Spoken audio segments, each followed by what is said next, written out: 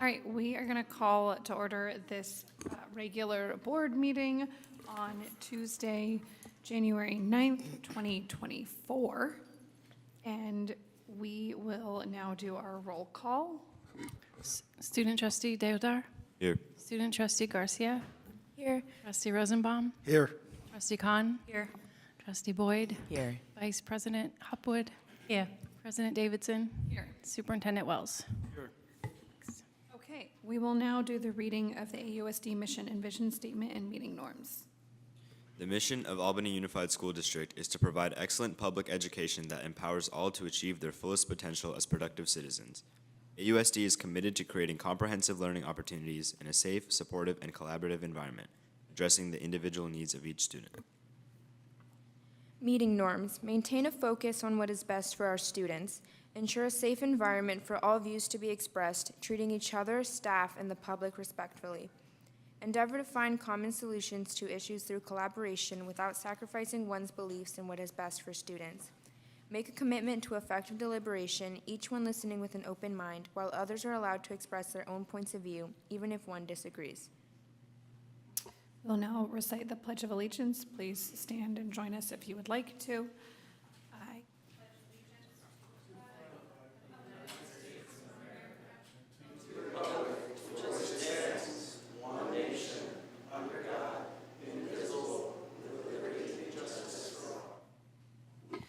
We will now have our best part of the whole meeting, the spotlight for tonight.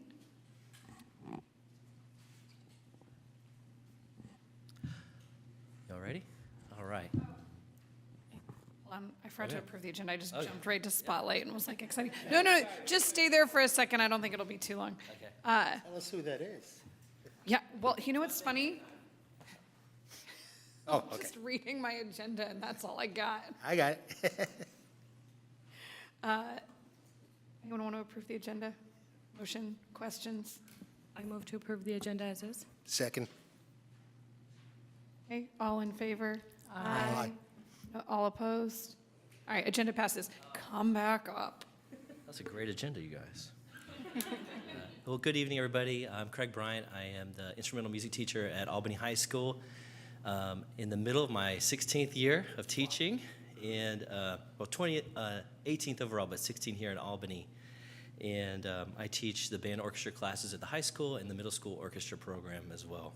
And I got the invitation to come. I know my colleague Kate was here with the choir students this past fall, and I feel really fortunate to work with great people. Kate is still considered a new teacher, but she is a master teacher, and we are so fortunate to have her in our community. My colleague Rich, the middle school, we share a lot of students together. When they get to me in the high school, they're super prepared, and so I feel supported by them. I feel fortunate to have people that challenge me and support me in the profession as colleagues, and I also have wonderful colleagues at the high school. Kara Baker, our fabulous dance teacher, and Margaret Niles and Eliza Cohen, our art teachers. And I'll just point out briefly, I've done this presentation off and on throughout the years because I want to recognize our programs, but I am no longer the department chair of the Visual and Performing Arts. I chose to step back a little bit. I have two young kids. My daughter Paige goes to first grade at Marin. Shout out to Miss Monica Haywood, a wonderful first grade teacher, and my son will be in kindergarten next year at Marin as well. So we're all in on Albany, and fortunate to work here and live here and have my kids go to school here. So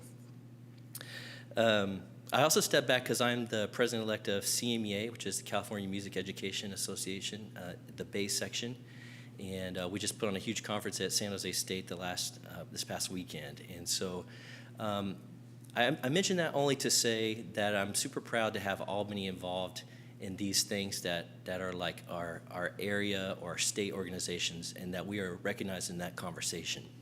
And Ms. Heisinger is one of the choral reps for that, so I brought her into that, and we had a couple of Albany students, especially the choir students, that were participating this past weekend. So, like I said, I work with great people, and I thank you all for your support as well. I'll go to the next slide, Kim. Thank you for running those. I want to highlight one of the things that I think is best about arts education in our district. And I'm speaking mostly about high school and middle school, but this applies K through 12, which is we speak about SEL, social emotional learning.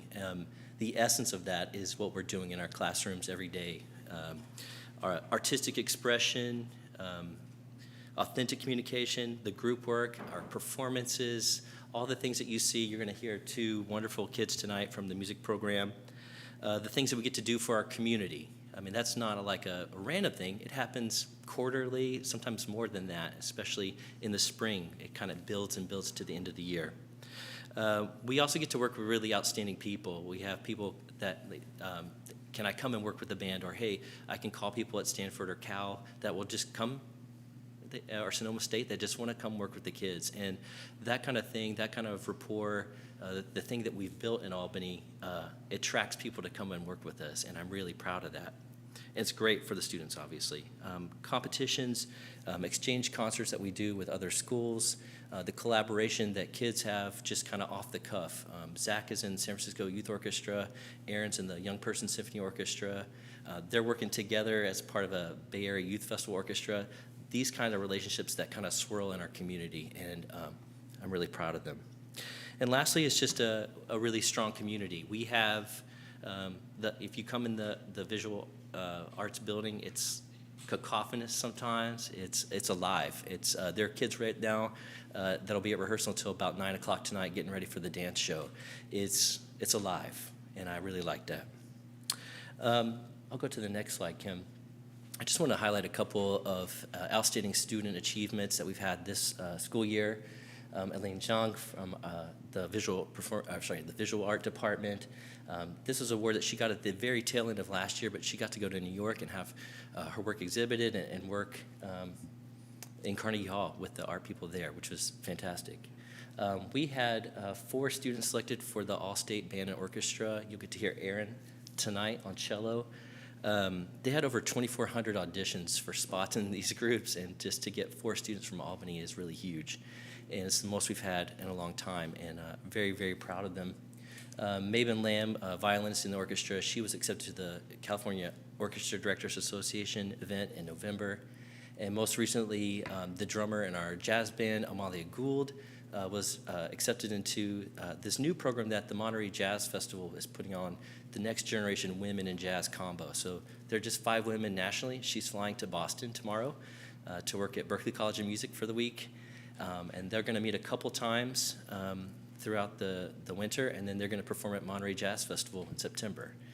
We're very, very proud of all of these students. Ms. Heisinga also had, like I mentioned earlier, had a bunch of students selected for the honor choir, and they were in the thing at San Jose State this past weekend, and then a bunch of these kids are going to be at CASMEC. It's the All-State Music Ed Conference in Sacramento. We'll all be part of that together. A couple of upcoming events that I want to point you to. The Winter Dance Showcase. It's sold out, I think, but you can probably, you board members especially, we will have seats for you. And it's Thursday night, and then twice on Friday. Miss Baker does a wonderful job, and it's great. I was helping do audio today for that setup, and she does a wonderful job. So check that out. And then we have our winter jazz concert just right before the winter break. They're in the little theater. Everything's in the theater. So I'll go to the next slide. I just want to mention a couple things. One thing that I'm really excited about as a music teacher is Prop 28. This was something that passed on the November 22 election. And it passed with 64% of the vote, which for a prop is crazy. Props do not get that much support. And this guarantees 1% of funding for out of the school funding each year. So it's not a block grant. When I started teaching my first year, it was the block grant, PE and music block grant. 2 things weirdly tied together. And then that money went away.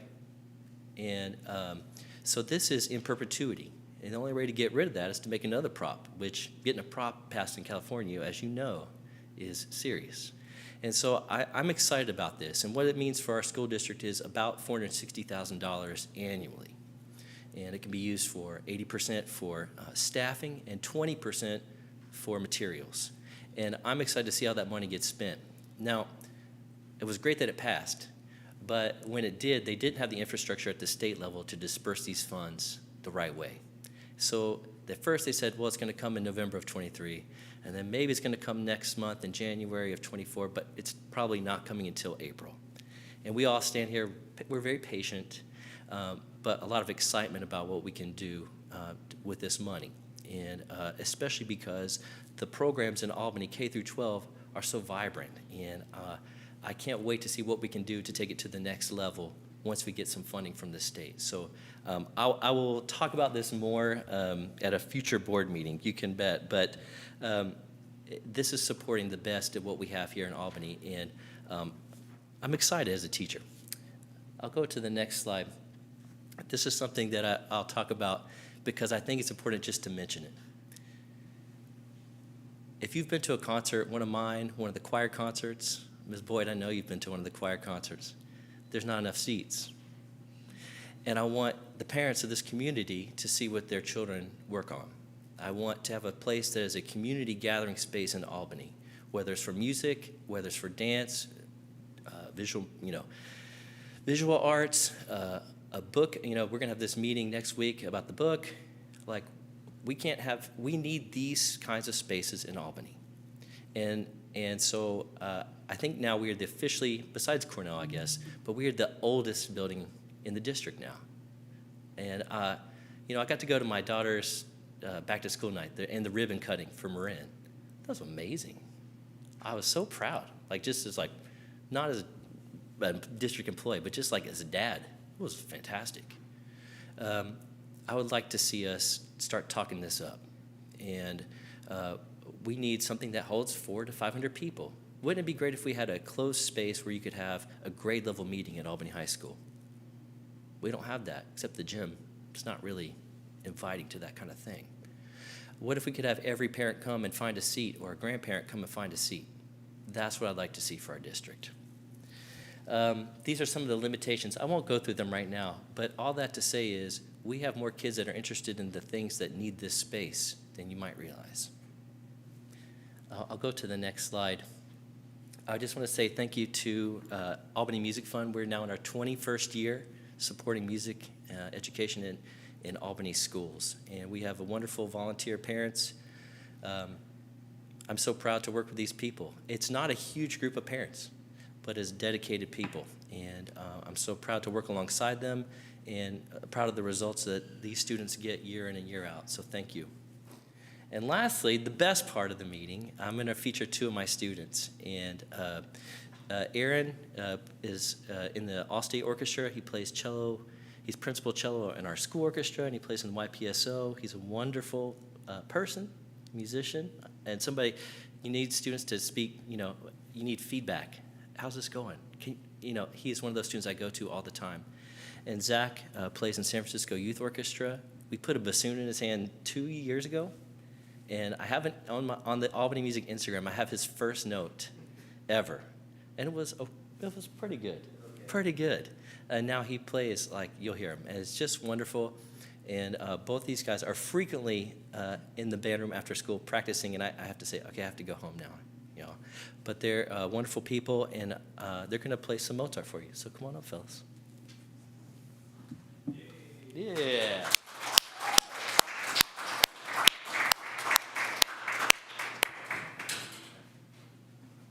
So Mozart wrote this piece when he was about 17, and it always makes me feel a little inadequate that he was accomplished so much. But enjoy it. This is originally, he wrote this for cello and bassoon, and take it away.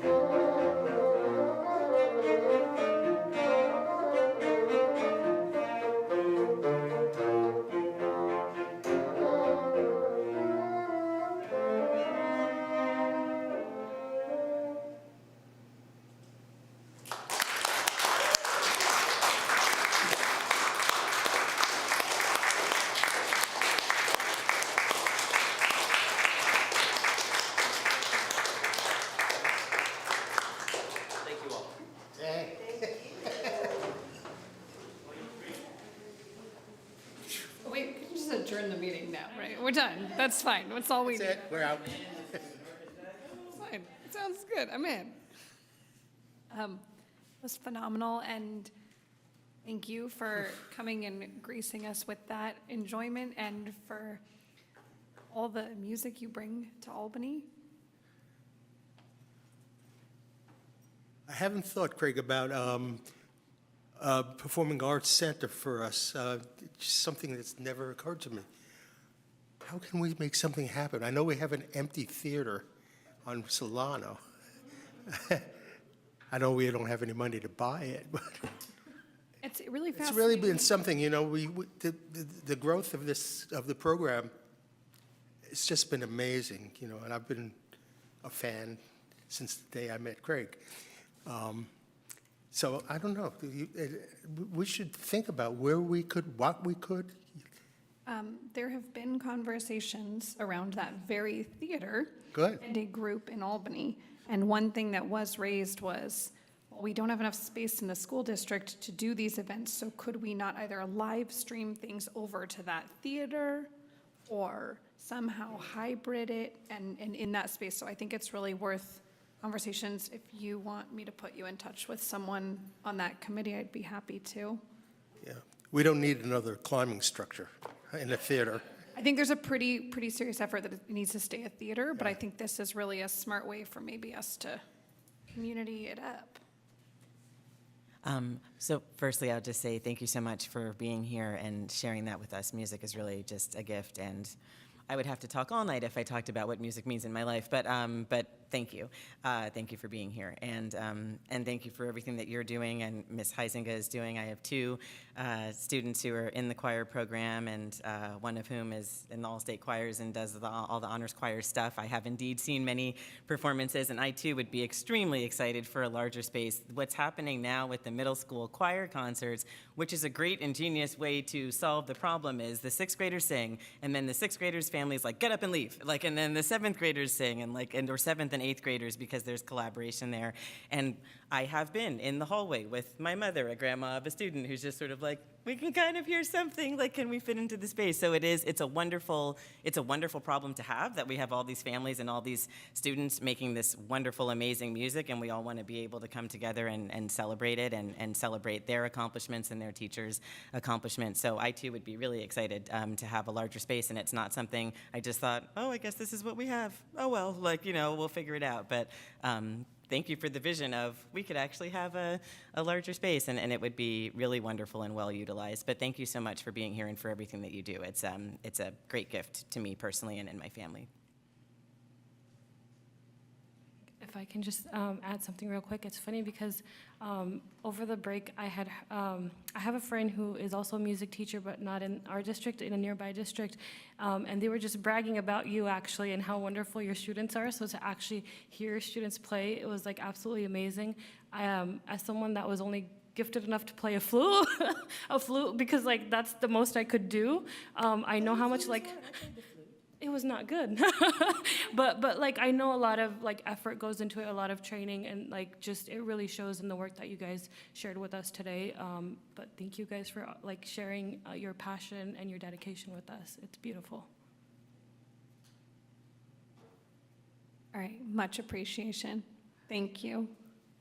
I also played the flute, so I think we could have a nice little thing going here. I know. Okay, we will now move on to public comment for matters not on the agenda. So if you're in person, please head over to the podium. Make sure you've filled out a speaker card at the end. And if you're in our virtual audience, please raise your hand. I have a question. I have a disability surrounding my eyesight. How long do I have to right now to address the board? I'm sorry. What, you can't write things down. No. I have a disability surrounding my eyesight. How long what's the time that I have to read It's just this? starting over now at 2 minutes. 2 minutes? Would there be a chance for accommodation in order to be able to read this to you right now? For a little bit more? Our board practice limits each speaker to no more than 2 minutes. Okay. If it's, I mean, sometimes we let it go a couple seconds over, but we really try to stick to that as a No problem. policy. I'll try to. But he's asking for accommodation, so let me try to give you one, offer you accommodation. Would it be helpful if someone read it for you? No, I would like to deliver it myself. I appreciate that. I'll try to speed up and as much as I can. Just back on accommodation, is there any other accommodation that you think we might be able to assist in? Any specific? No, thank you. I appreciate it. Okay, great. Okay, so, dear Albany Board of Education, I return to you this evening to help me communicate the support you extended to me at the first school board meeting. I came to you that evening looking to get help and support in keeping the term Latinos when identifying our Latino community as a whole. As I stated before, I'm in no way trying to change those who want to use Latinx. All I ask is that if Albany is truly inclusive, it would make room for both, not just replace Latinos with Latinx. Last year, I approached the Albany Middle School principal with an initiative to start a Latino student club on campus. This year, the principal helped me with this initiative, which included 3 parents, volunteers, and 2 staff advisors for the club. Together, we were supposed to build the club and support the students by helping out with activities. However, things took a turn when I kindly request that advisors include the word Latinos when using Latinx. I explained to them that it was important to present the proper way of using Spanish in a culturally sensitive manner that is linguistically appropriate. Unfortunately, the advisor dismissed my request and shut down the idea of using proper Spanish language that helps develop the understanding of the Spanish language by taking a strong stance in excluding the word Latinos as part of the proper use of the Spanish language.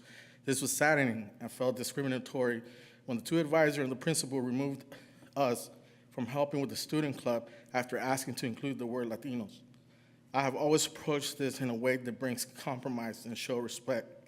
I presented information that would help address the disparaging comments from one of the advisors towards the Spanish language and the Spanish-speaking people throughout our communication. I had the opportunity to speak with Mr. Gustavo Gonzalez, Education Program Consultant at the Language Policy and Leadership Office, a multilingual support division of the California Department of Education. He shared that the state of California's directive is to teach Spanish in a manner that emphasizes proper language development. Mr. Gonzalez also provided me with the information on how Spanish should be taught in the classroom. I'll wrap it up since I heard the thing. Just in closing, it's really important that we teach the Spanish also in a linguistically properly manner. You know, this will help, even in the club setting, the students to learn and practice the language as it is spoken in the places of origin. You know, it has more than just, you know, a word. And today I got 13 signatures, including my wife's and I, to show that I'm not the only one. I come to you to give voice and to help represent those who, you know, may have work right now, or they're illegal, because I do know some, or they're just afraid to step up. So it's not just me. If you need more than these signatures, I'm more than happy to provide to you. But I really would like just to, you know, come together. I am no way trying to replace anyone's identity. Just we kindly ask that you please include ours. Thank you. Can we get a copy of that for our records and for us to look at again? So, Of the signatures? I send it to, He's written to the board. I send it to, the information that Mr. Gonzalez provided me, I presented today to Ms. Veronica, Mr. Frank, and Ms. Ann Shin, and which addresses the concerns of using Latinx when using proper Spanish and teaching Spanish in Albany. So, but I'm more than happy to leave you a copy of the petition that I have for today. great, That I just got today. You can give that to me, thank you. Sure. Appreciate it. thank you. Thank you very much for your time. Thank you. Okay. Seeing no other public commenters on matters not on the agenda, we are going to move on to the approval of the consent calendar. Anyone has anything they'd like to raise or ask questions on, or a motion? I didn't hear you. Yes, I pulled 7F, 7G, 7I. I'm now going to say that into the microphone. 7F, 7G, and 7I. Okay, so do we have a motion to approve the consent calendar with the exceptions of 7F? Actually, I should ask this. Do you want to pull them, or do you just have questions that, would you just like clarification on anything? And approval altogether? Depends on which one we're talking. Yeah, I'm willing to move the rest of the agenda and then come back to it. So Okay. that's a motion. So approve the consent calendar with the exception of items 7F, 7G, and 7I. Correct. I'll second that. Okay. All in favor? Aye. Okay. Let's go to 7F, the independent contractor service agreement between AUSD and Kim Thompson, PhD of East Bay Psychology and Assessment. So this is an issue, and I provided my questions to Superintendent Wells. But we've talked about this before, in that this is a contract that was put into effect on September 1st, 2023. It's now coming to the board today. It's not the way it should be working. We should be seeing things generally before we expend money. And that's pretty clear in the Ed Code. So we've talked about that last time this came around. I can't approve of something that we should have approved 4 months ago. And thank you for that and for bringing it to attention. And it's a wonderful lesson and reminder for all of us. I'm sorry. It's a wonderful lesson and a reminder for all of us. I remember about a year or so when you reminded us that this is customary across the country and the state that we do things retroactively in order to service students accordingly. And consistent with the Ed Code, when it comes to the federal issues, when you have an IEP, Yep. and the team agree and you got to do this tomorrow, you have to hire the person today and not wait for a board meeting to do so. Otherwise, you'll be in federal violation. I understand. So the practice that you have before the board tonight is very customary across the country and throughout the state. And that's why in these circumstances, when it comes to special ed, Right. you either pay now, you pay later. And I get so this would be, what we probably could have done is brought it back a month sooner. But typically, you would have the services for the kids who need them right now before the contract comes. But Dr. Biggs so could go my- further my- detail. And I agree with you, and I understand that, especially with special ed, because we have to service the students when they're there. What I didn't understand is why it took 3.5, 4 months to bring that to the board. So, I would appreciate, and I'm pretty familiar with the Ed Code because I've been dealing with it for so long. Some things have to get done, and they have to get done. And we have to service the kids first. We know that. But it should have been coming to us the end of September, the beginning of October. It's January now. So I'm just cautioning for us to, I've brought that up before. And yeah. Okay? Yeah. That's why I see it as a violation of sorts. Because we should be seeing as soon as possible when we're expending funds, whether the federal funds or state funds or local funds. And so I would appreciate that that this is taken into account. And I don't really, it's hard for me to understand why. Oh, there he is, I'm sorry. Sometimes, full disclosure, we just don't move fast enough when you have 1,000,001 things to do. I get it. And sometimes we take for granted that, we're going to be okay anyway because this is about kids. And so we prioritize and then we bring it as soon as we can, along with so many 1,000,001 things that we do. So, Dr. Biggs? That's the job, though. So, It isn't a job, and I think, working in a small school district, we wear multiple hats as directors. And so I can take ownership of the misstep that we didn't bring this to the board sooner. But as Dr. Wells said, this is, we're working to support students now. And sometimes, you know, we have to be able to put contracts together, and it isn't until we get the invoices later that we're like, we need to make sure that this goes to the board. And this is a situation in that case. And so I'm asking the board to approve this, and we're working, and we have been working with the business office, who's been amazing, to really help with our systems that have really turned, I would say, you know, a 180 since last year when we brought some contracts to the board really late. And so this is the one contract so far this year that has been, you know, that should have been done sooner. And so I can, you know, apologize for that, and we'll continue to No move apology forward with it. necessary. No, but Yeah, of course, I knew the answer to the question before I asked it, so. But I wanted to make sure that I brought it up to the board and to the public, that, you know, we should be seeing financial stuff. Special ed is a very specific circumstance, and that, you know, I understand. But, I'll call it up again next time it happens. Would you like to make a motion to approve it then? I'll make a motion to approve 7F, is that, okay. I'll second. All right, all in favor? Aye. Aye. Okay, all opposed? Thank you, None. Brian. 7G, the donations report. Oh, you got that question for me, too. So the donations report usually is very specific as to, you know, what the donations are for, where it came from. And there's a special category at the bottom that just says multi-use, multi-something. Multi-site Yeah, so- donation. Multi-site donations, yes. So could we clarify what those are, where they came from, and where they went? Yes, sure. So And I'd like to see them in writing when we get them. sure. I look at these things really carefully.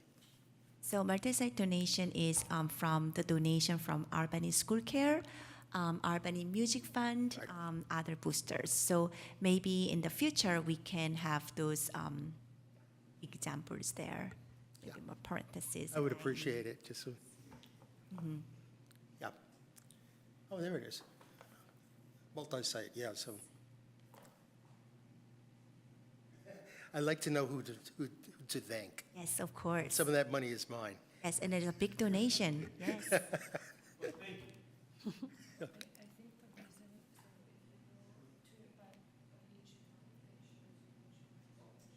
Yeah. I get it. It's not showing on every single. Been there, done that, yes. Okay, thank you. I'll move that. All right, motion to approve item 7G. Second. All in favor? Aye. Aye. All opposed? Which is- None?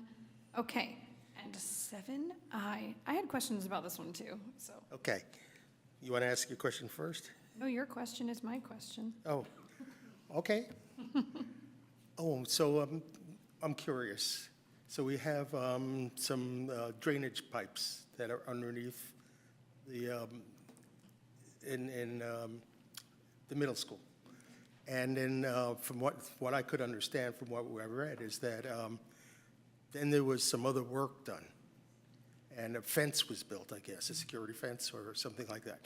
I'm not looking at the, and so what I'm curious about is if it was damaged by another company that, if that's the case, another company that came in and stomped on it when they shouldn't have, why are we paying for it? Sure. So thank you for that question. I also had the same question when I get this item.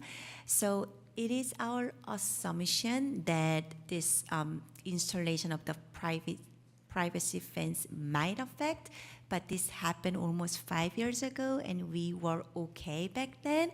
So it might be the combination of maybe the fence that we install, or maybe other student activities, or year by year. There's a lot of combinations, but this work has been done almost 5 years ago when we first built Annex. So at this time, we are responsible for our property. Is that legally we're responsible because of some passages of time or Yes, whatever? and we are also, we don't know, we are just looking at every option. So what we did was, when we have this water damage, we consult and also look at our drawings if the construction company did a good job and the right job, and it was.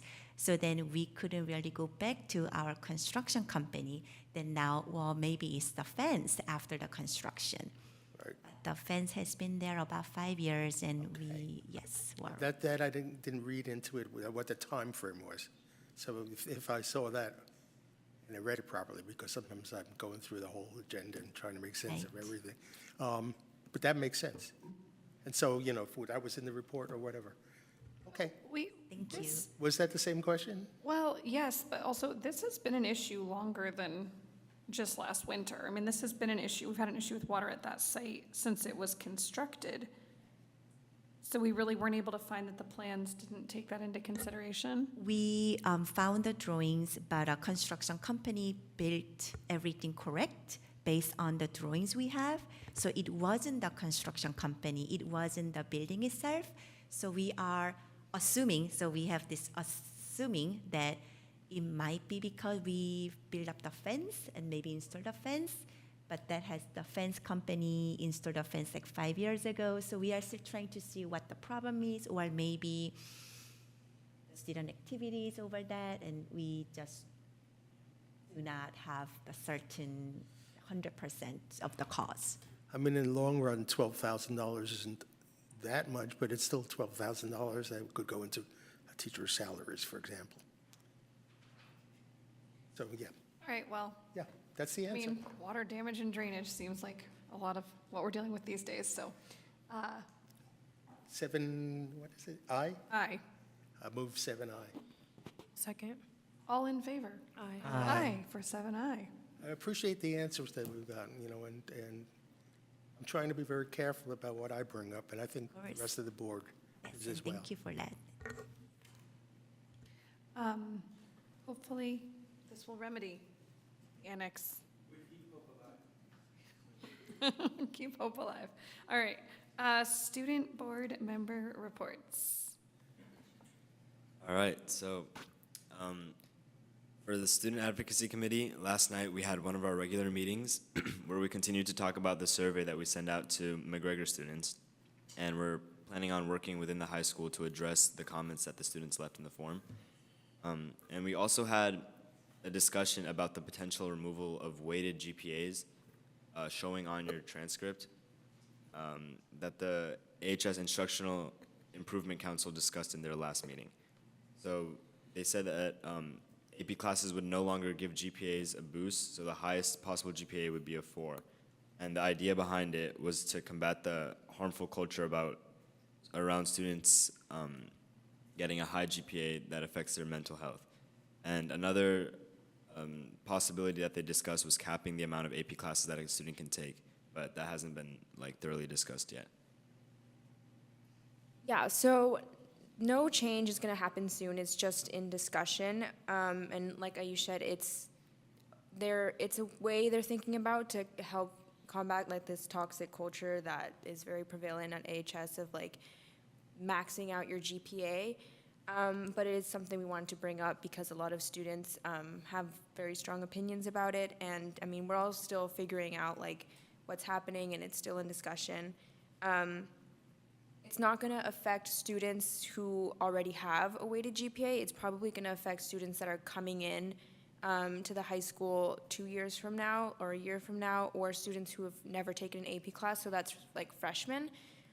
So we're going to bring this up to the Junior Student Advocacy Committee when we go over to the middle school this Thursday, just to see what they think about it, and maybe bring that up to IIC as well, so they're aware of the students that it would be affecting, what their opinions are on it.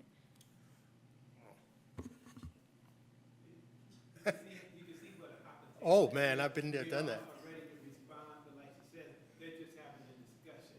Me as a superintendent, my concern obviously would be I want my kids to be in the best position to compete Right. for the top-notch Ivy League schools and everything in between.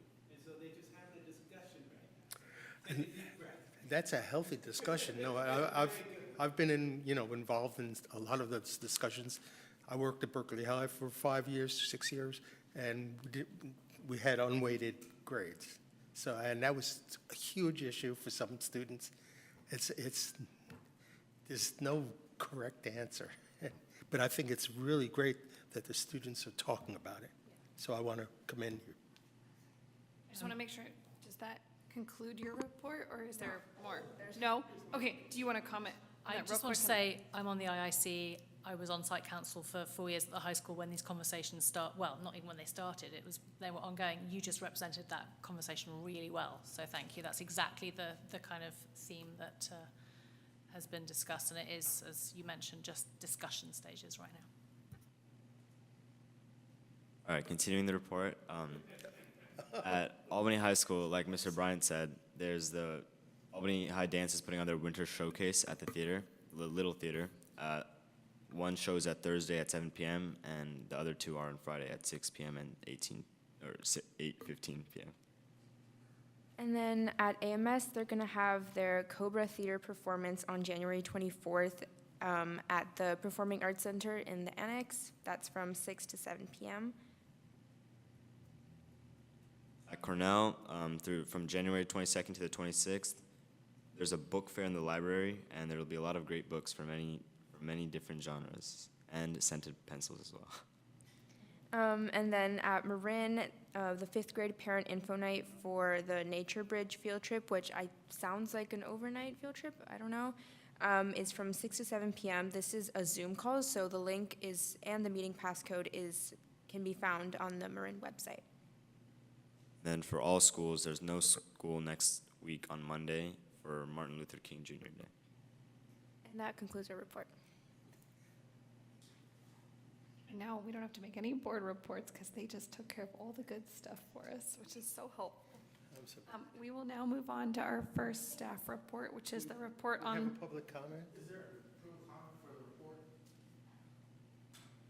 We don't usually do public comment on the student board member report, but I guess if you want to, you would just have to come up to the podium. Okay, sorry, just kind of like so I'm active in the community, in the Latino community, and one of the things that I've been working with is the Albany High School staff and teachers, and I've been closely working with Principal Darren, and my alma mater is San Francisco State.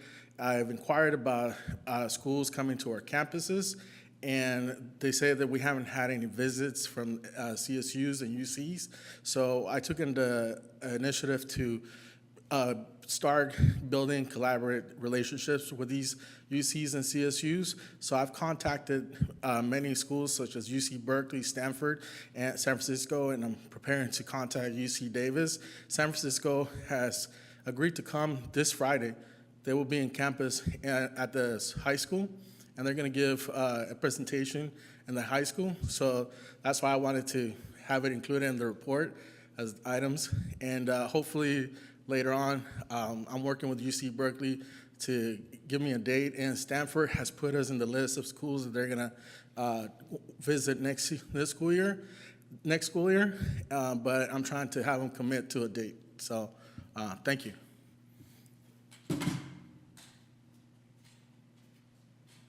Thank you. All right. We will now move forward on our report on the AUSD District Safety Plan, revisiting the Safety Task Force recommendations. Well, as you can see, our Executive Director of Student Services is already ready to go. She's at the podium before we even called her. And as you know, this is what just our President Davidson just said, that this is a revisitation of our Superintendent Safety Task Force recommendations. So, take it over. Thank you. Good evening, Board Trustees, Superintendent Wells, and our staff and public. Very excited to be here for actually two presentations, but right now focusing on our safety. And I think we all agree there's nothing more important. That's our foundational piece. We start with safety and we continue to revisit that because everything else comes after making sure that our students and staff are safe. So what I'm planning on doing is walking you through and just reminding you about some of the focal points and priorities that we had come out of our Superintendent Safety Task Force, as well as an audit, and then looking at what work has been done since then, and then what's coming up next. So that's what I'm going to focus on. Go to the next slide. So bringing us back to last fall, there was a lot of scary events happening nationwide and in the media around schools, and people feeling really on edge, both as parents sending your kids, staff working there. And I remember at the time Dr. Wells, being just very proactive about this and saying, like, we need to tackle this head on. We need to get ahead of this. Let's look at our practices in Albany. Let's learn from what's happening. And so he assembled a task force that was composed of all the different stakeholder groups. So it included staff of all different staff, teachers, campus supervisors, administrators, very well represented. Parents from different age students as well as students were on that. And it was a really, I think, meaningful collaboration of different people's perspectives on where the safety issues were, because everybody sees something a little different. And so when we held that task force, what we ended up with after multiple meetings was 4 focal areas, and within each focal area, 3 to 4 priorities. And so I'm going to just briefly walk you through those. Those are a revisit from what we came to. But as I will kind of highlight throughout this presentation, just like all the other work we do, this is a continuous cycle of improvement where you can't do everything at once. We don't have the funds to do everything at once, but we do what we can and what is the highest priority right away, and we keep working to do better. So the first area of focus was active threats and multiple points of entry.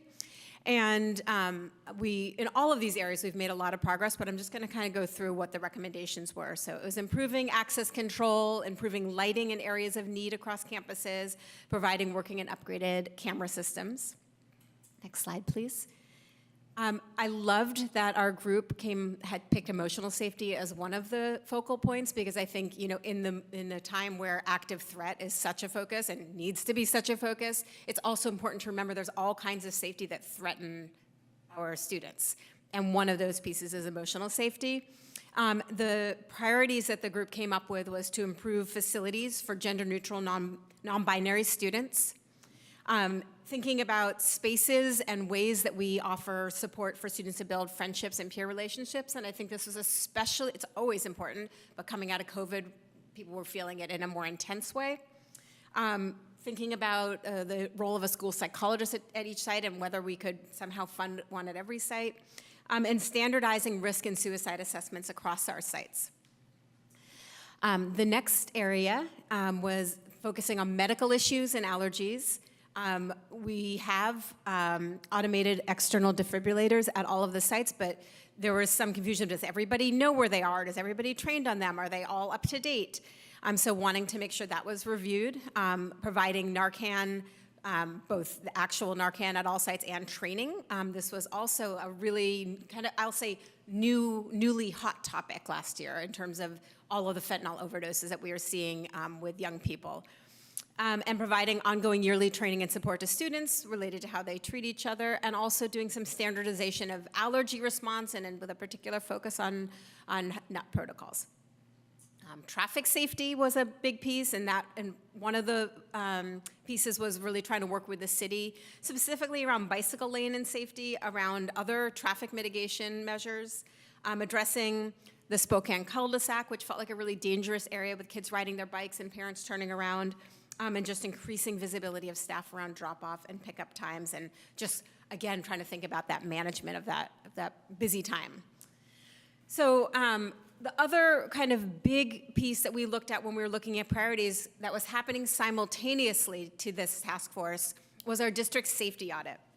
And it was, I remember when Director Jaffe first sent it to me, and it was like, online, but like so much information. And so Dr. Wells, Director Jaffe, and I, and other people on the team sat down and just started wading through, like, what are the real key pieces that are coming out of this that we really need to be aware of and paying attention to.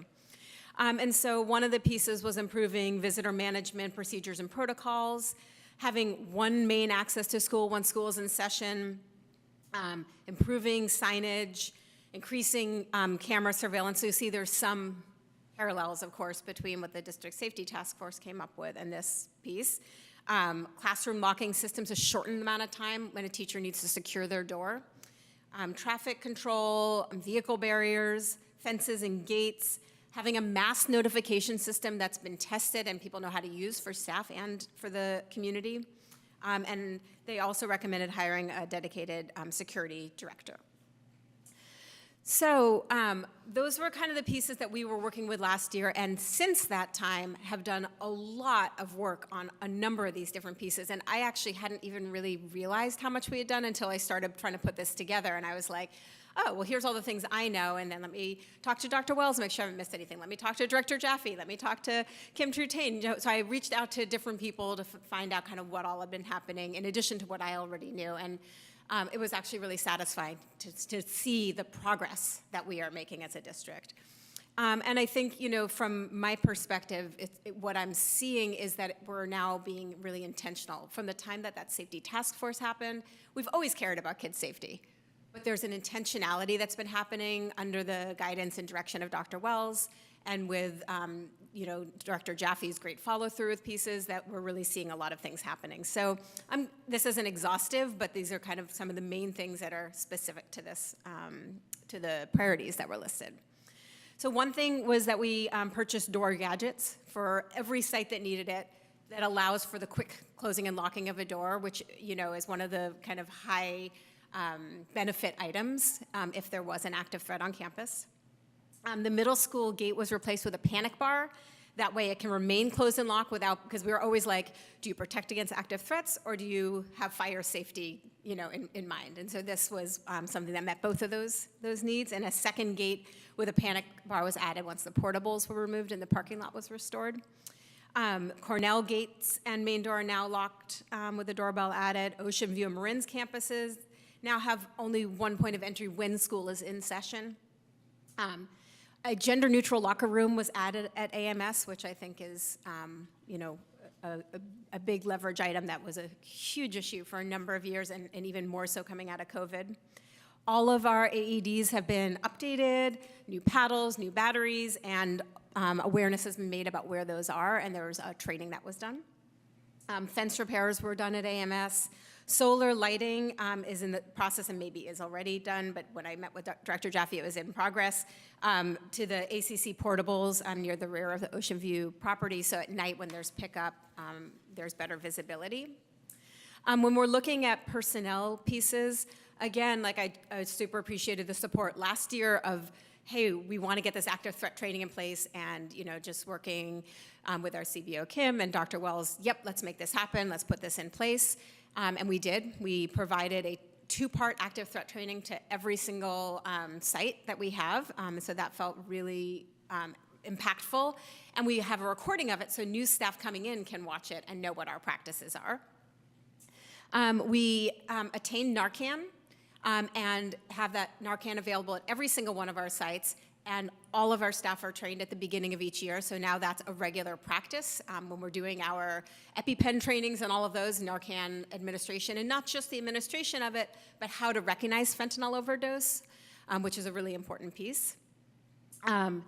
And restorative practices training, which is something I'm going to get into a little more later this evening, but it's been provided at all elementary levels that had already happened at the middle school, but that was something new that got added in.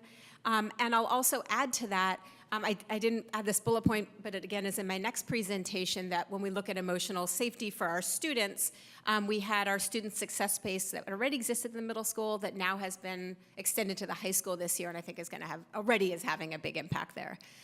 So that's another piece.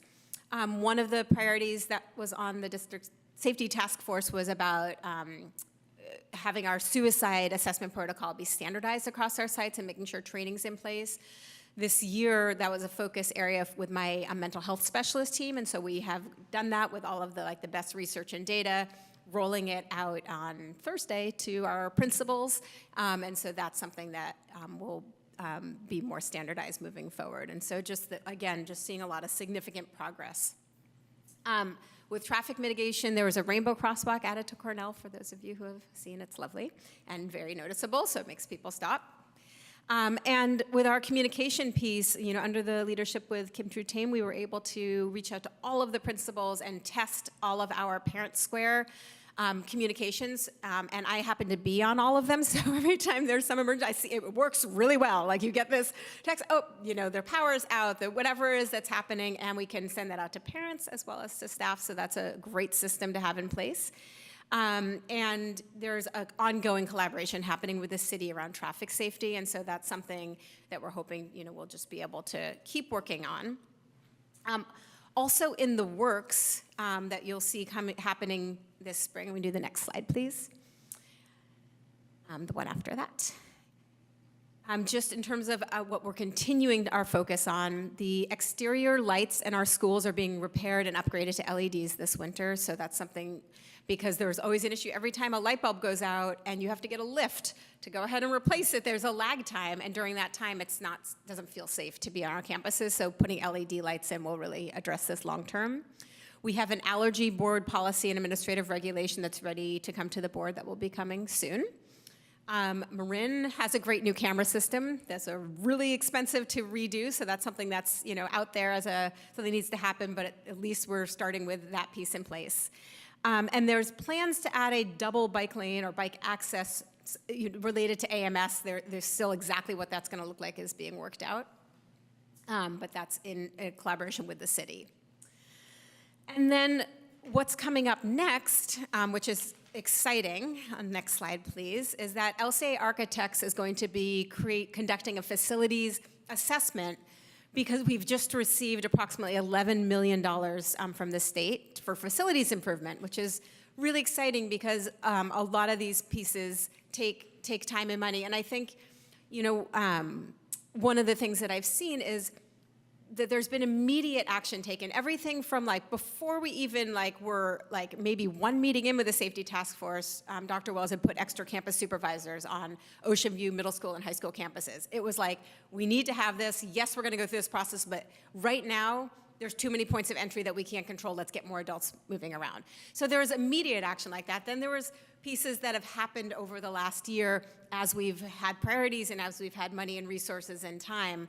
But what I love about this is now we have additional funds to really tackle a couple more pieces and hopefully a couple big pieces.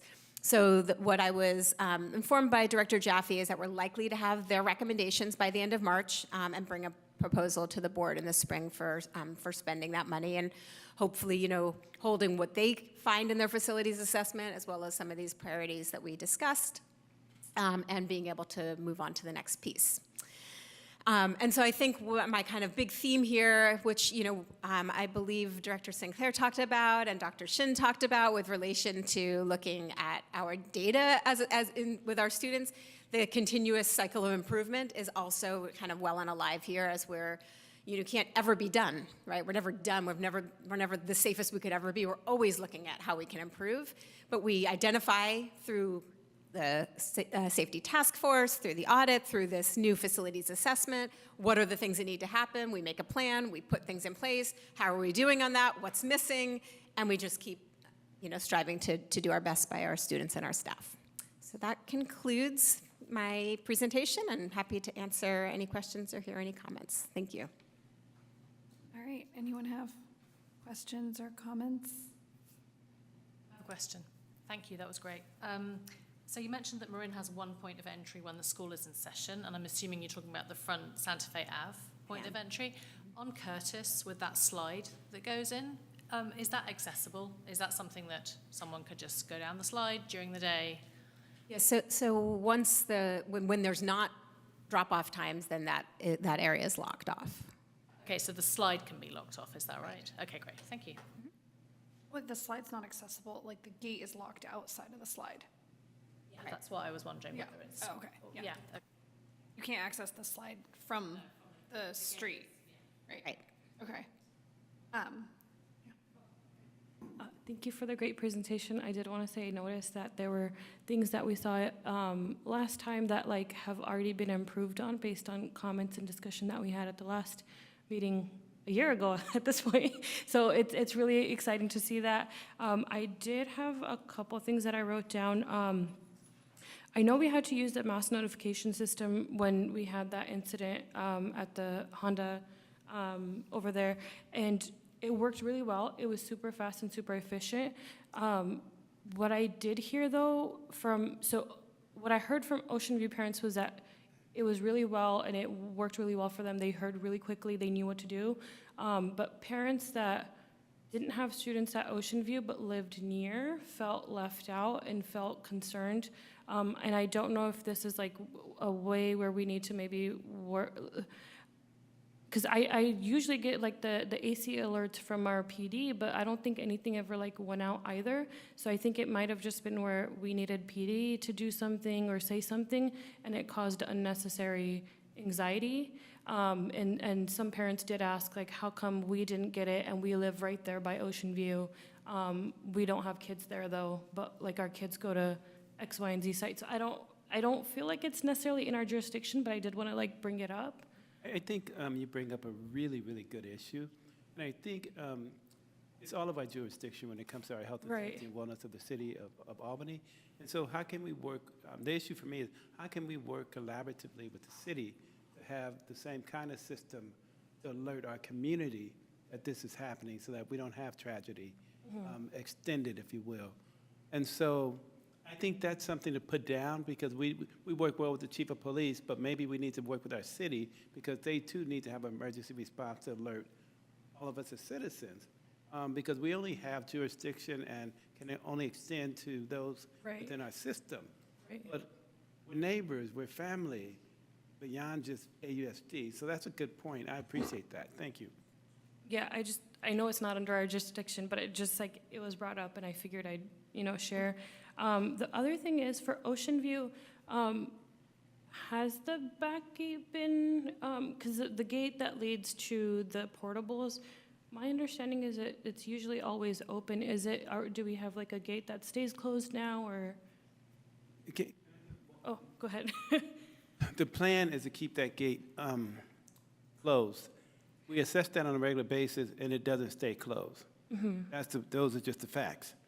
So we had to think differently and outside the box, and that's the only elementary school where we added an additional 8-hour person to go around and check the gates periodically and close. And so that's a mitigating piece we have now, a human piece, because you have the garbage trucks and the recycle trucks and Right. then the food trucks, and some are more responsible than others at closing it behind them. But as I assess, none of them close it. They just want to open and go, and then, Yeah. yeah, that is a challenge area that we have eyes on more often than we used to. Okay, that's good to know. And then I guess the last thing, I saw the recommendation for the security director. I feel like in an ideal world, that would be great, but I feel like as a small district, I don't think that's something that we can prioritize, given that like we're already short on funds even for our teachers, and so like it gives me pause there. But in an ideal world, it'd be wonderful. But yeah. An ideal world. Let me respond to that, because when I saw that, my reaction was like, where are we going to get the money from? After the board goes, we'll do the public comments, so don't worry if you, okay. Just want to make sure you don't feel left out. Trustee Garcia. Yeah, I just wanted to circle back to the communication thing. Is that available for students? Because I feel like a lot of the times, like when something crazy happens near us, like we find out from a teacher and then everyone's like, I had no idea that happened. Like, that's crazy. That's an interesting question. I mean, I think the alerts for like during the school day, our assumption is that students don't have their cell phones out. So you would need to hear from your teachers. But it's an interesting piece of just like general information notification. I know that I've started, not in an emergency basis, but being more conscious of like, what am I sending out to staff and what should I send to students directly or through the principal to students? So I think that you raise a good question because you are the reason we are here, so I can understand not wanting to be in the dark about things. Yeah. So I had a question about the communication too. So during like the Honda, like whatever incident that was, I actually did get a text on my phone, but I'm wondering if it's only to students in administration or if like parents are also getting the alerts? Because I was expecting like my parents to like have a talk with me about it when I got home, but like that never happened. I don't know if they just like ignored it or. I think it went to the parents of Ocean View students since it was near Ocean View, and since you're at Albany High, you probably got it because of your special designation. Oh, okay. Is my guess. Thank you. Thank you for the presentation, Executive Director Brill. Hopefully I'm getting the Executive Director part right. I don't know Perfect. what all It the different sounds beautiful. words mean, but I just wanted to put a little plug in on the facilities grant spending, which yay, yay, yay for having this money, and those who applied for it, or all the work that went into getting it, yay, yay. As neither a Cornell parent nor someone who is a site assigned person to Cornell, someone who has no skin in the Cornell game, I appreciate, I know that all the different sites had meetings to talk about the different uses for those funds, and all of the different sites could use the funds for all sorts of things, but I just want to be one voice saying that I think it's really important to make sure that we're showing lots of love to Cornell in how we divvy up those funds, just recognizing that they haven't gotten to, get a ribbon cut on any of their property for a super long time. Thank you for looking out, and I'm taking notes on what's being said.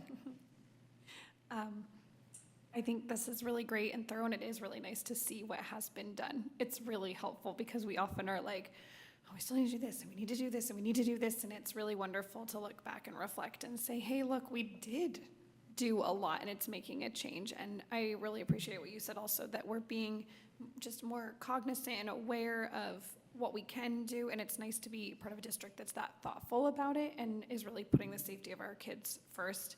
I'm gonna make my plug one more time that I really want us to focus on our drop-offs and pickups of our early birds and late birds at our elementary school sites, and our traffic around our sites, because I know that we're working with the city. It's really not safe, and I think it's something we need to really prioritize even more. And I'm glad, we'll have some funds to put in for whatever we have, but I do think that it's somewhere that we should have some district policies on what our expectations are around how we manage traffic at our school sites. I was in a meeting recently, and a staff member at a school site was like, well, that's not really in our job, so we don't do that. I was like, oh, well, we need to figure out who is supposed to do that and have some expectations around it, because right now at some sites, nobody does it. And then our kids are not safe. So I really want us to look at that, and maybe it's something that we need to have some more robust discussions about at this level, or maybe it's something I can just put out and say, let's really set some parameters around what's happening with that. Any other board insight? Okay. Public comment on this item? First of all, you were a great principal when you were one. So seeing your report, that just adds to who you are. So thank you for that. Also, I'm really glad that you have all this in your report, because I'm a banker and I served in the Marine Corps for 8.5 years.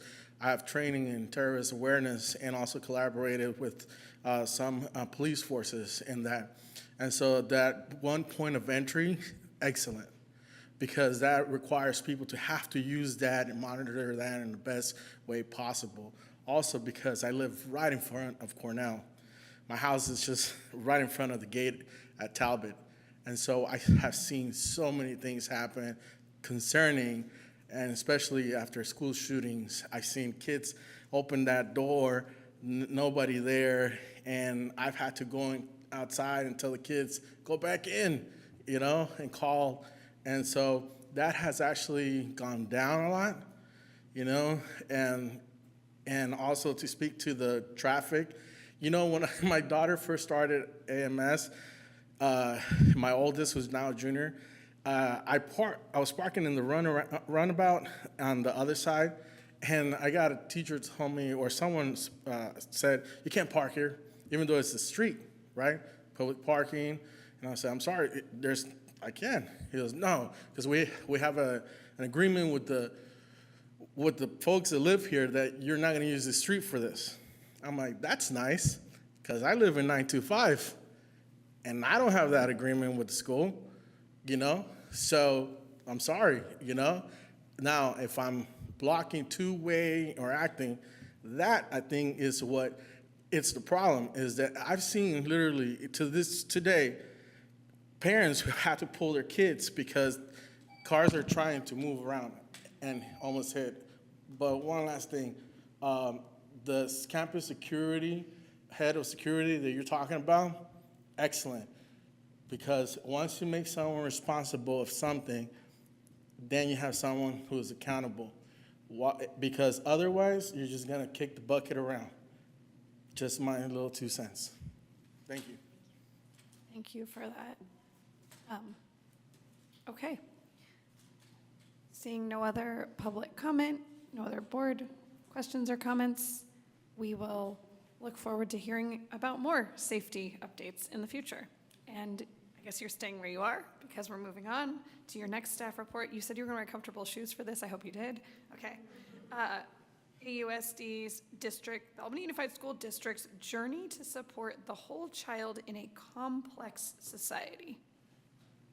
Thank you. Great. So transitioning into this topic, and again, just to kind of give you the kind of big picture of where we're going with this, I think as schools have become over the years more conscious and more aware about prioritizing not just solely academics, but really looking at the whole child, I think AUSD has really been in a kind of leading role with this over the years, and has a track record of addressing this. And then in 2017, when we had the racist Instagram incident, which is being talked about a lot this year, with the book coming out and revisiting those pieces, that also then served as a catalyst and a way for us to look critically and make additional changes. And we, just like our other continuous cycle of improvement, we're always looking, there's a lot happening, and you can always be doing more, and we can always learn more by bringing in other perspectives. So I'm going to sort of walk through that, kind of the through line of that, and I think for me, this is really my passion, is really looking at this piece of what we do for students, and just a real strong belief that while we care deeply about students' academics and needing to be successful in that realm, we know that can't happen when students don't feel safe, seen, heard, included. So it's not either or, and I think it used to be that people looked at this kind of social emotional work as like, I don't know, kumbaya, hold hands sort of, stuff. And now we really see through a lot of research and data that that's not the case, that this is actually necessary and essential for students to be able to be not only happy at our schools, content at our schools, but also successful in our schools. So what I want to start with, and move to the next slide, thank you, is back in 2010, I had the pleasure of being part of our strategic planning creation. And at that time, there was a lot of discussion and grappling of like, what were the goals going to be for our district? And one of the goals that came out of it was supporting the whole child back in 2010. And I think since that point, there's been a real clarity with staff in our district, with our families, that this is what we do. And I think really we have our teaching staff that was there at the time and has been brought in who really believe that this is part of their job. This is important work that we do. And that I think that through line has been really amazing. And as we know, while schools need to do more and more and more, it doesn't mean that more resources are coming our way. So I've seen a lot of creativity and a lot of hard work of people putting their heads together of like, we still have the same pie that we're cutting from, how do we bring these different pieces in? So by no means is this going to be exhaustive, but just trying to paint a picture of some of the work that we've been doing as a district. So our track record, kind of back starting in 2010 around this work, is a lot of different pieces. It's staffing, us having a safe and inclusive schools coordinator, which we have maintained all this time, is huge. Someone whose job it is to focus on the well-being of our students. There's some work that's done in the elementary schools and a lot of work that's done in the middle schools when we know that in terms of developmentally, that's when a lot of the identity pieces, a lot of bullying pieces, that's when it spikes, when we really need to be throwing that extra support in. We have a history of having curriculum in the elementary schools. Welcoming schools had been around for a long time as a curricular piece. And then second step was something, actually, when I was Safe and Inclusive Schools Coordinator, we worked with the elementary teams and adopted that.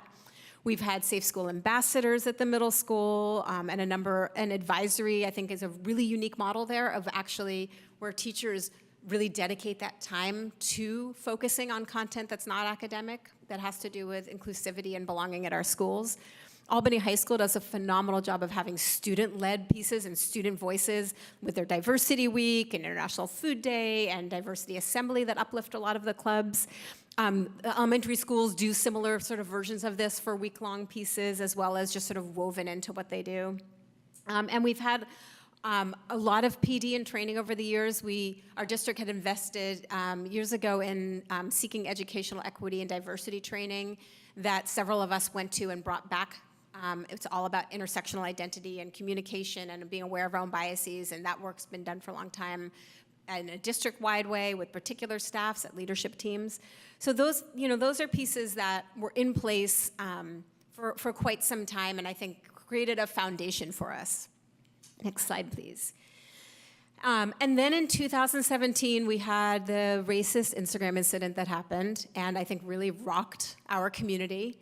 I think that going back to the title you read so lovely, President Davidson, was because we are not isolated as a school district. We are part of a really complex society.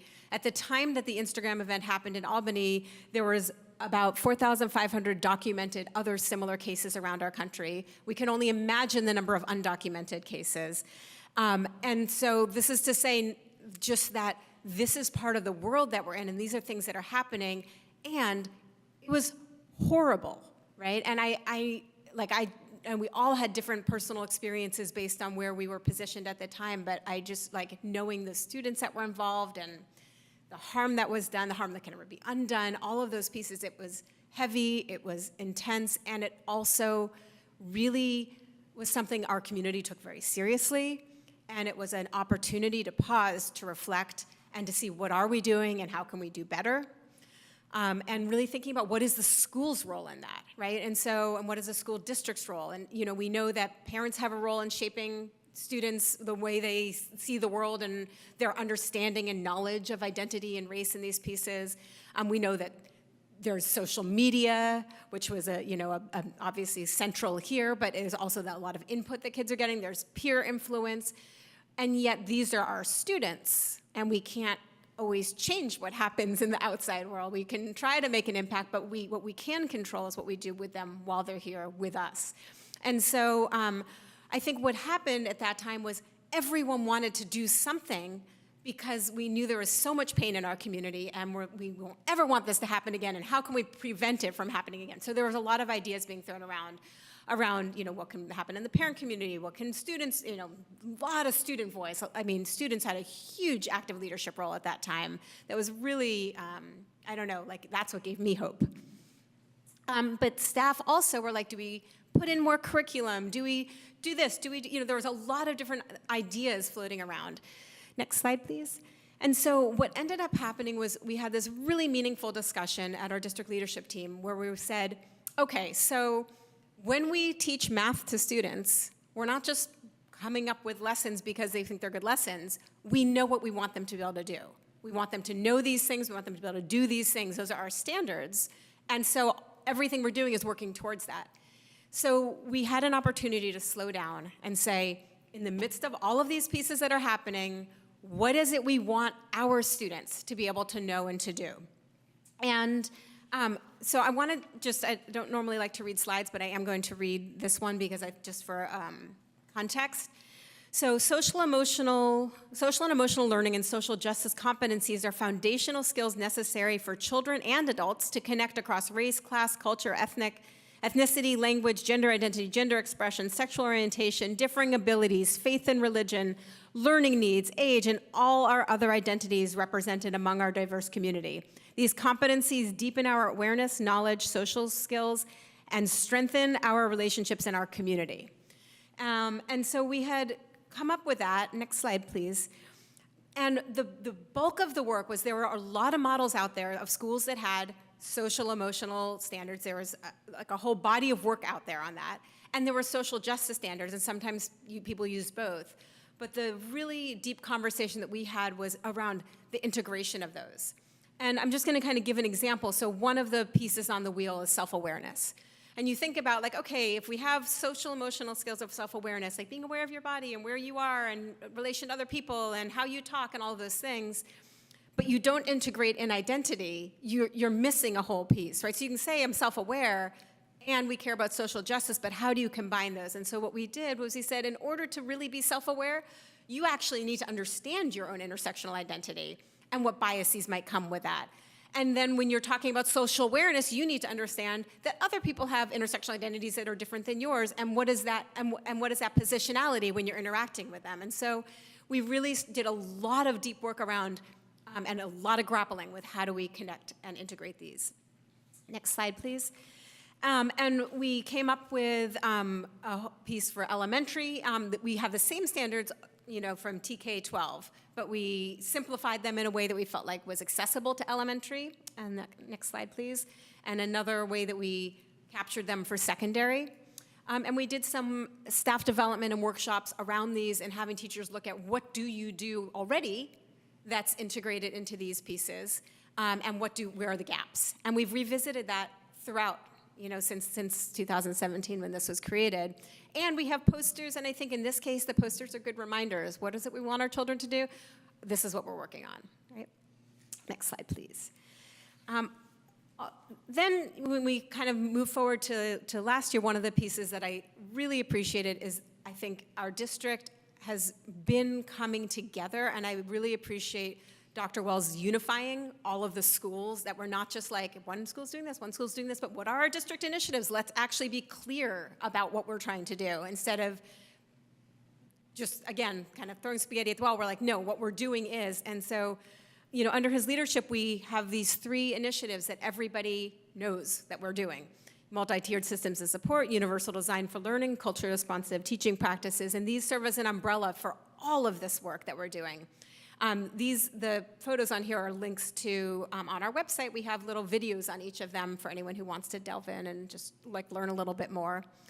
But I think that on top of the social emotional learning standards, these pieces are guiding a lot of our professional development and a lot of the work that we're doing at our sites.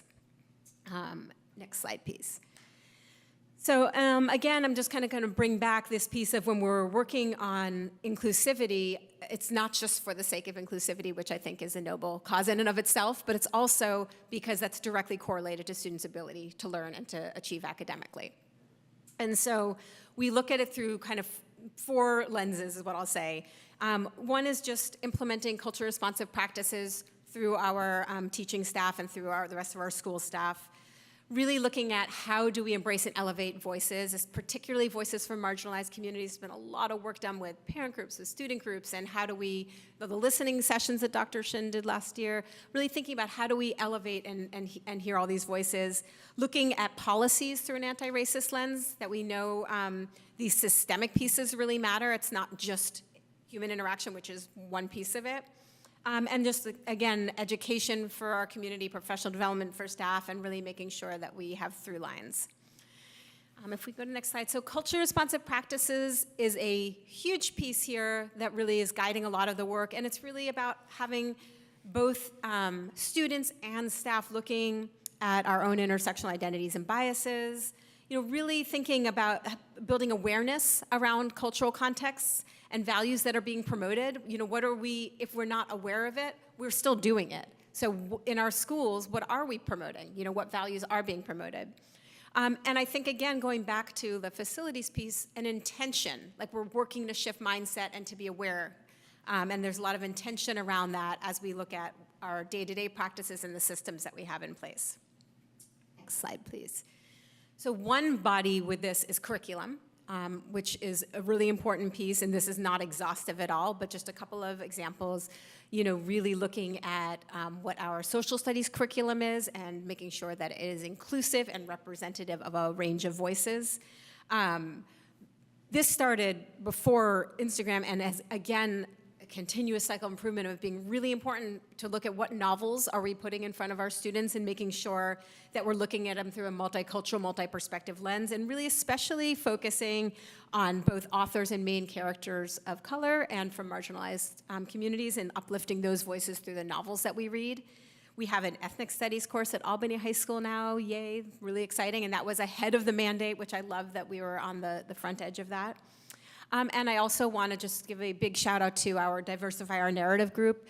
Our students really took a huge role, like not just like, hey, we want to do this thing, like organized and clear about their purpose and working with our staff and fundraising and all of those pieces. And so that was, again, a really beautiful piece that has come since our Instagram incident. And then when we look at professional development, being really mindful about how we use that time, and that professional development is 100% about teaching practice and all of those pieces. And one aspect of teaching practice is really making sure that we're focusing on being culturally responsive and having anti-racist practices. We did a number of pieces before that are listed on here. And since then, we've really done a lot of work with restorative justice training, TK through 8, and now that's being extended by Mr. Kaysen's work at the high school. We have trauma-informed teaching practices. We have a number of trainings that we've done on anti-racist and culture-responsive practices.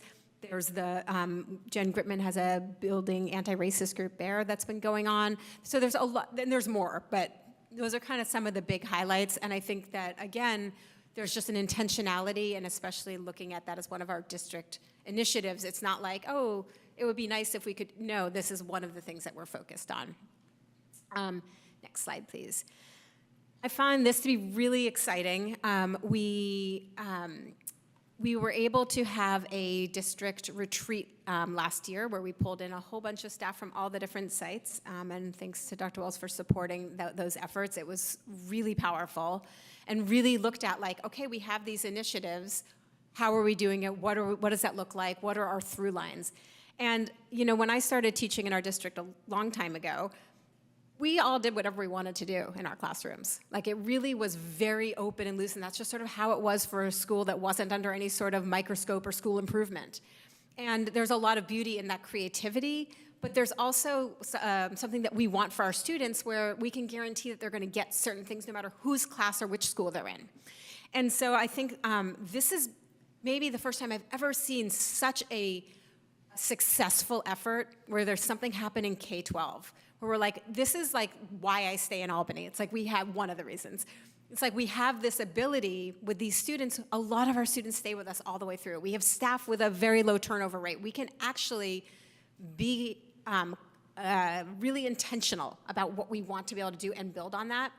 So this UDL, Culture Responsive Practices Protocol, is something that came out of this district retreat, and then Director Sinclair and Jen Gritman and I had worked together with a group, and then went to every site and rolled this out, and the sites have taken it and run with it. And it's a really amazing, beautiful thing. And basically what it involves is teachers looking collaboratively together at lessons and saying, before they teach them, not an autopsy, but what were we doing this year? Like, let's look at this lesson. What can we do? What's something we can change to make it more culture responsive and better meet the needs of certain marginalized groups? How can we make it more accessible to students who might have a hard time accessing it? And making those adjustments and changes, teaching it, and then meeting and reflecting on it. And it's been a really powerful, powerful thing to see. The professional development newsletter that Director Sinclair and Jen Gritman put out also had, the most recent one, has some information and links to some of the actual work that was done and people's reflections. So if you haven't had a chance to check it out and want to see more, that's a great place to look. Next slide, please. Restorative practices are a really big and important piece, and I know that when right after the Instagram incident happened, there was an attempt to do some sort of restorative justice that was done very poorly, and I think really not only caused more harm for the students that were involved, which it certainly did, but it also really set us back as a district to even like want to look at restorative practice. Everyone was like, oh my God, if that's restorative justice, forget it. But it actually, there's so much data about it interrupting the school to prison pipeline, about it being like a way for schools to really make some really significant shifts for our marginalized communities.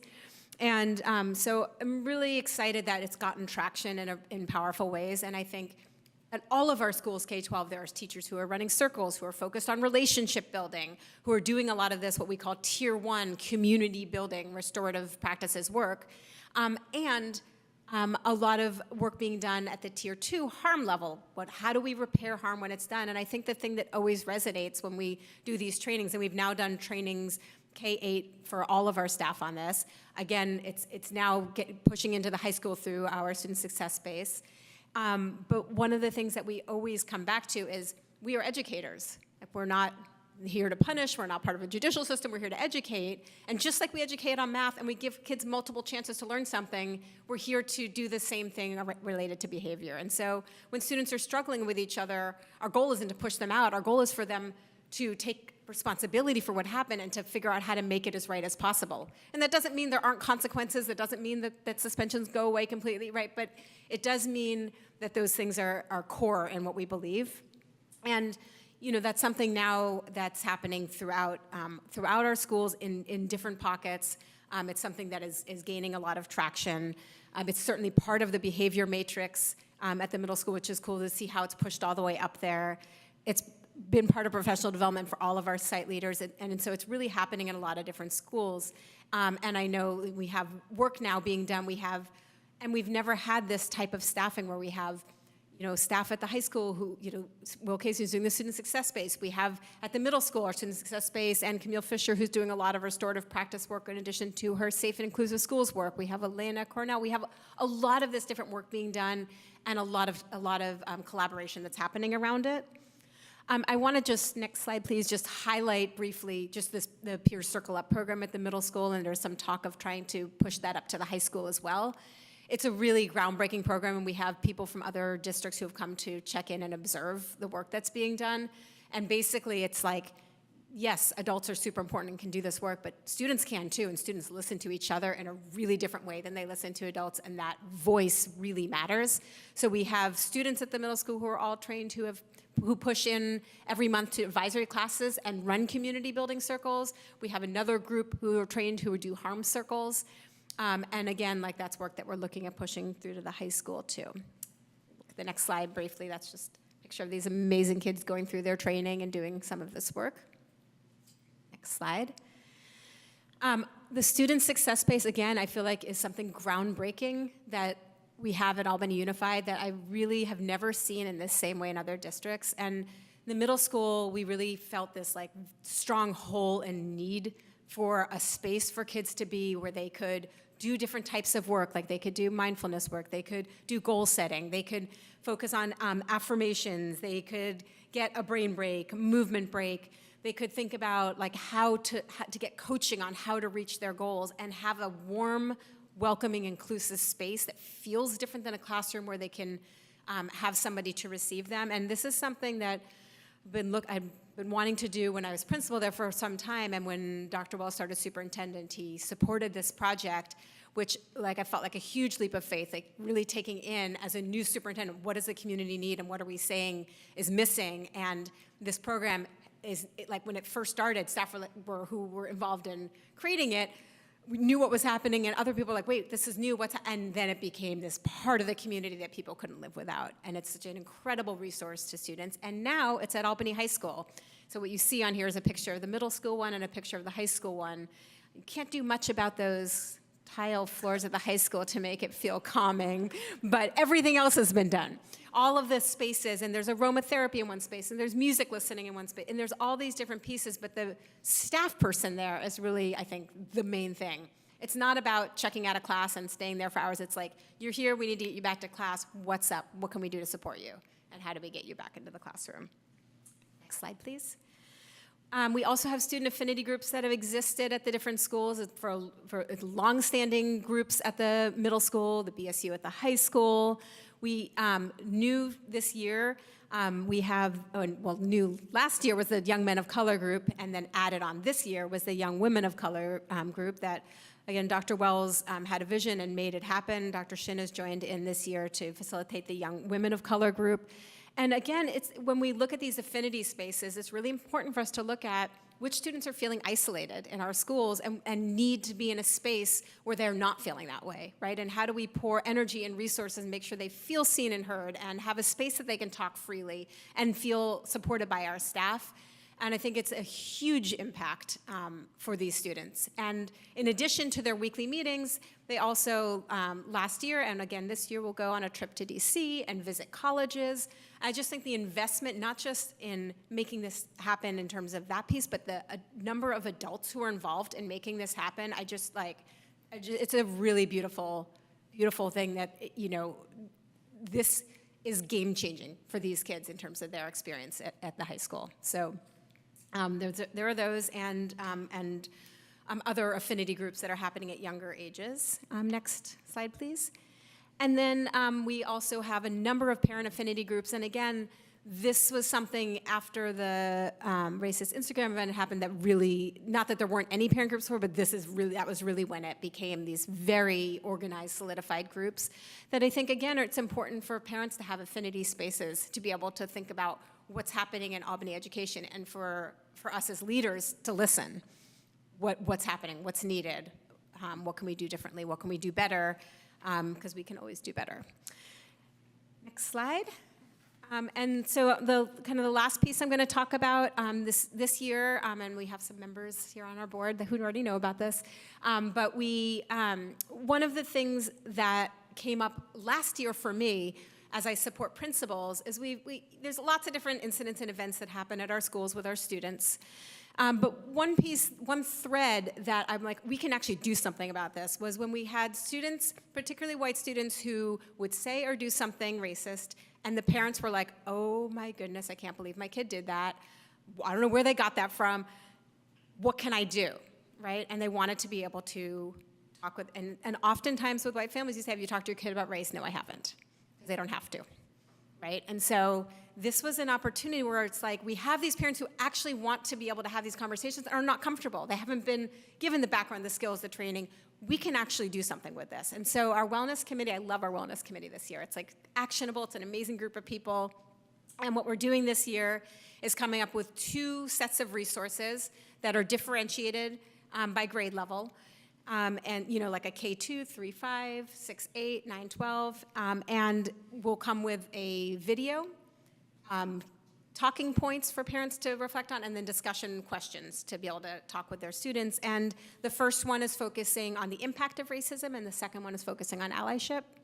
And the idea is that these will get sent out to our whole parent community and hopefully give parents an opportunity to utilize some of these, and we'll really encourage them to bring these conversations into their home. So it was a nice bridge between the homeschool piece.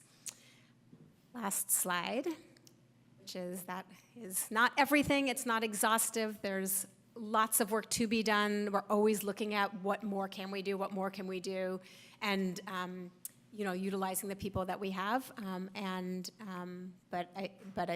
We're also, it's nice to stop and look at, wow, we're doing a lot, you know?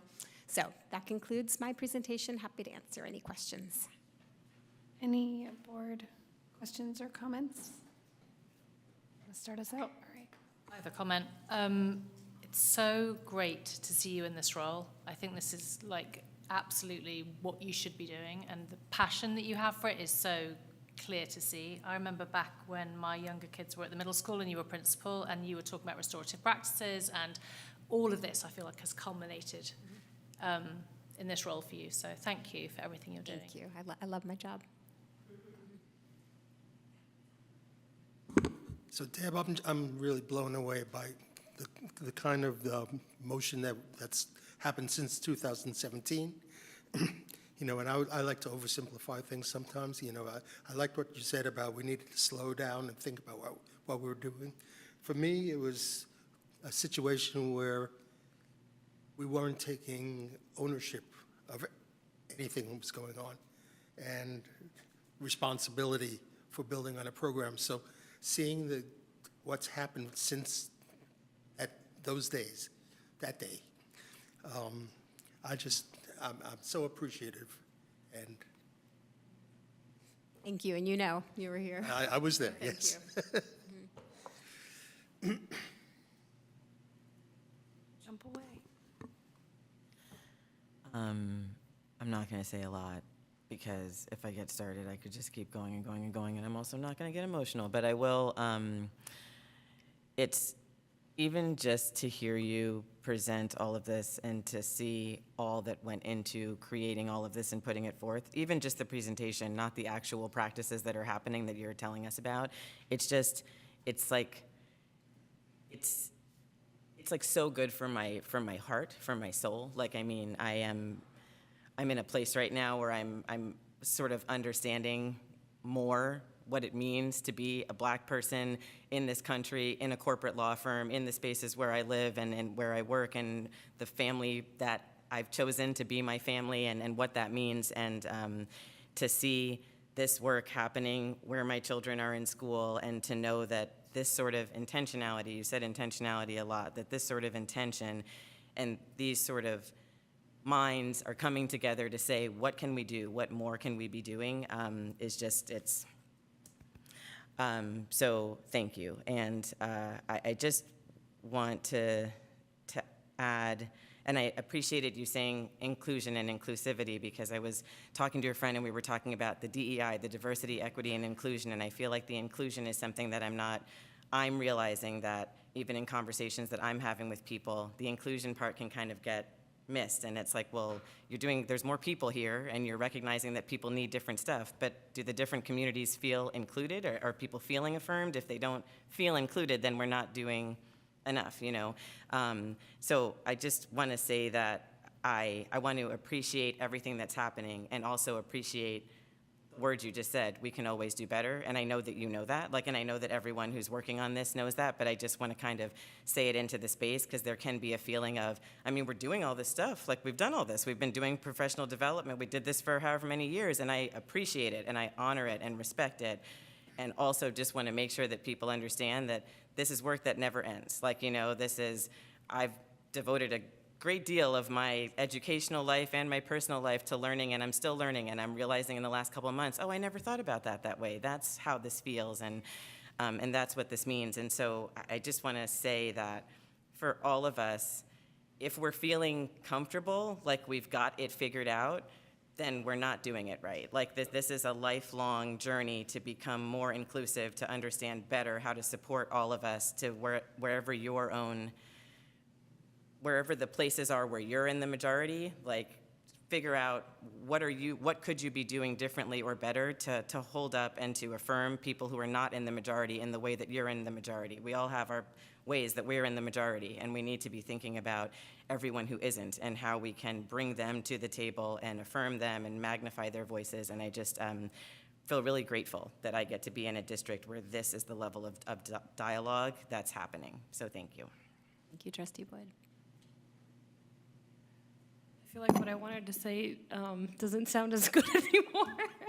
But I was just, I mean, everything what Trustee Boyd said, but I was just going to say, as a parent, I know we always joke that, kids stop talking to you about school as they get older, but I can assure you that they stop telling you that at an early age. But the one thing that even, I find my son sharing with me on his own is a lot of the assemblies that you guys are doing and stuff like that, and, just how to be a better friend. There was an incident at school a couple of days ago. Nothing bad, just a student wasn't feeling well. And, he was sharing just ways that he felt like he could have helped, or ways that he felt he wasn't able to. And it was just he started it, and it was a long conversation, and it was just it's very clear that they're learning, and it's showing in the way that they're acting and behaving with their friends.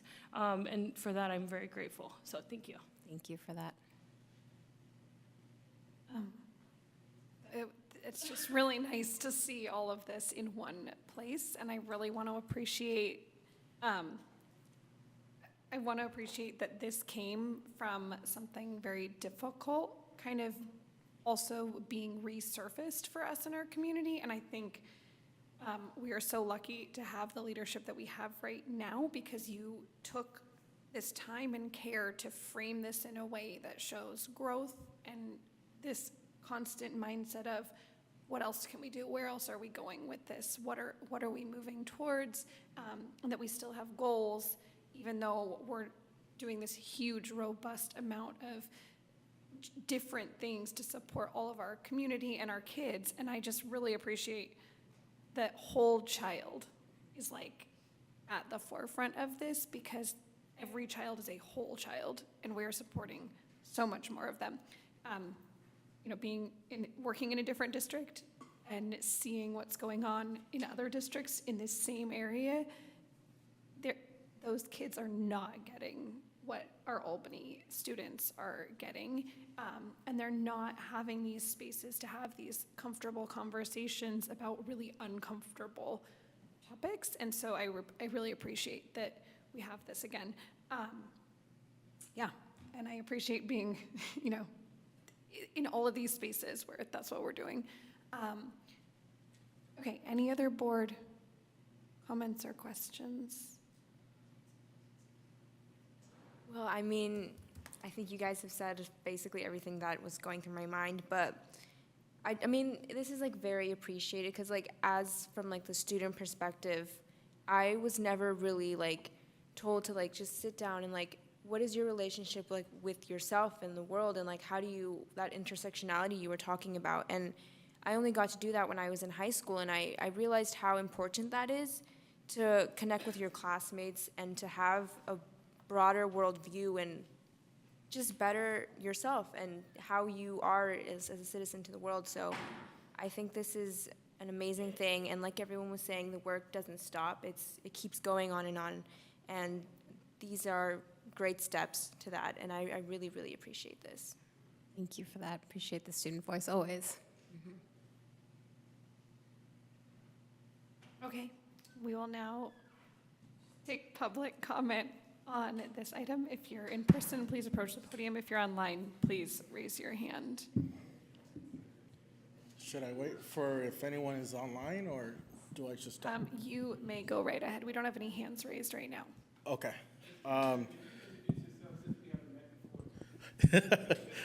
Sure. So my name is Randolph Martinez.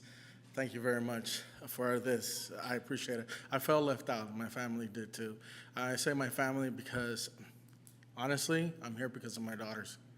Everything you hear from me, everything I do, try to get universities to visit our campus, try to speak up for Latinos. Everything I do is because I sat down with my daughters and they told me their identity, and, you know, they didn't know.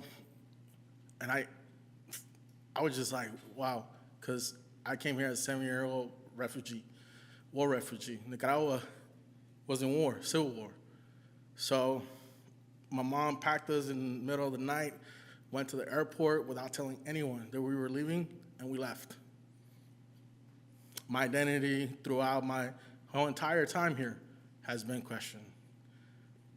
In Spanish, they say, ni sos de aquí, ni sos de allá. You're not even from here, or you're not from there. To some people, from here or from there, for some people. My daughter's experienced that.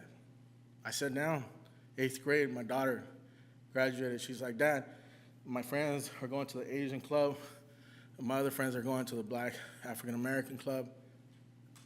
What about us? I approached the principal and everything, and I said, yeah, you're right, and I'm going to do something about it. Because their identity, you know, they inquired about Nicaragua, and I told them the Nicaragua name comes from Nicaragua, the name of Nahuatl speaking tribe from the lake, from the shores of Nicaragua, and agua from the Spanish word, you know, from the Spanish word agua, you know, which means water, from the lake of Casibolca, which is Lake Managua. Lake Nicaragua, and Lake Managua is Solotlan. We have Aztec's blood. They come here from the Mesoamerican. And I have Spanish blood, and that's a whole different story. But my daughters came to me, and everything I present to you is because of them. And also, even as recent as when, I'm not gonna get political, don't worry, but during the Trump era, I have 4 daughters, and I spoke up. And even someone that I served with said, well, then go back to your country. I was like, you handed me the rounds in our firefight. Can't believe it.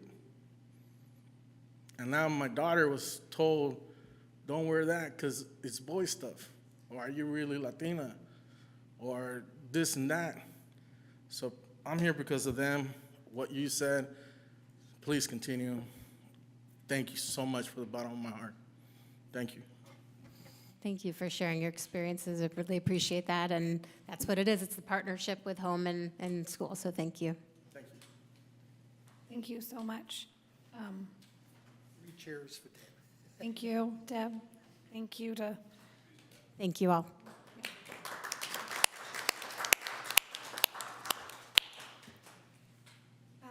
We will now move on to our action items. The ratification of the Memorandum of Understanding between AUSD and our CSEA.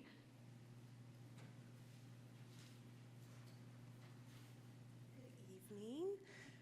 So the next 3 items are all about raises. Woohoo! We love raises. So this is the Memorandum of Understanding with CSEA. That's our bargaining unit that represents paraeducators and our clerical staff. And we are just applying the same 2% salary increase that we approved for our teachers. One, because that's what the board approved for all units and all employees, but also it is in line with their contract language. Okay, so we will now take questions, comments, or a motion on item 10A.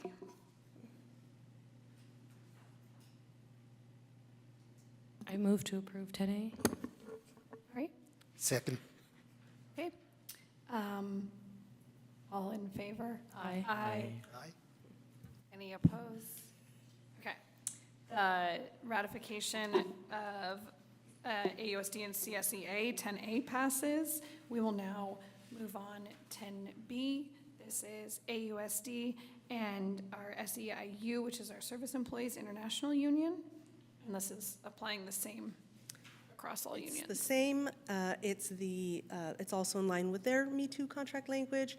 This unit represents our custodians and our food service workers and our maintenance workers. Questions, comments, or a motion? Motion to approve. Oh, go ahead. I'll move to approve 10B, the ratification of the MOU between AUSD and SEIU. Second. All in favor? Aye. Aye. Anyone opposed? Seeing none, 10B, AUSD and SEIU passes. We will now do 10C. So this is for confidential, unrepresented, and management employee groups. And here again, this is our Me Too practice in the district. Our confidential employees are all of our district office support staff.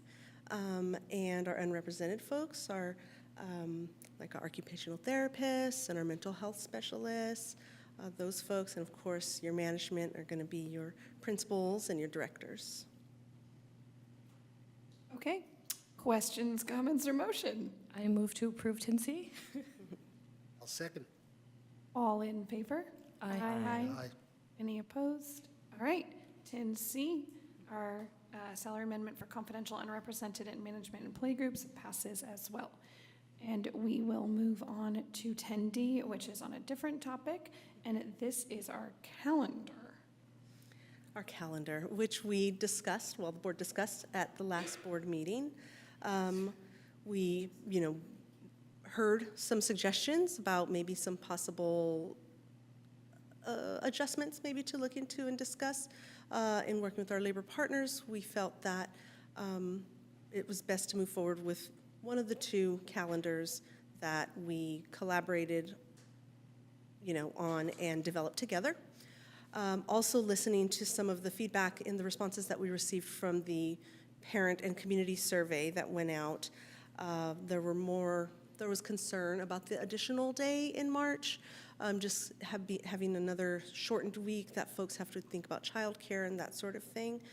So we went ahead and we landed on Proposal 1. From last time, it was called Proposal 1, which is where we start school on a Wednesday, we end school on a Wednesday. We don't have that additional non-student day in March. So that's where we landed, and that is the recommendation that we're making tonight. So we're going with option 1 is presented, it does include one staff development day on March 21st. Yes, there is a staff development day on March 21st, and there's also one in October. But not 2 in March is what the difference was. Okay.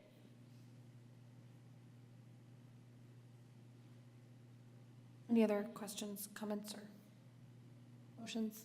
I feel like we discussed everything last time, so I'll go ahead and make a motion to approve item, sorry, I'm on the wrong tab. but 10D. 10D. I'll second. Okay, all in favor? Aye. Aye. Any opposed? All right, that will be our calendar. We will now do superintendent and board member reports. I just want to take a moment to remind the board that we had an opportunity at our last meeting to review and discuss our student board members' stipends for approval. And it's not on tonight's agenda, but it'll be on the next agenda, retroactive. And so I'm excited to bring that forward.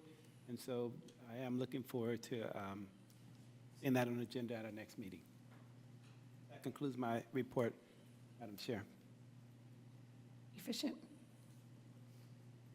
I do not have a report, but next week we'll be busy with committee meetings, Board Policy Committee and Student Achievement Committee, so nothing for me as yet. No report from me. Happy New Year to everyone. Now I feel guilty for having a report. Sorry, y'all.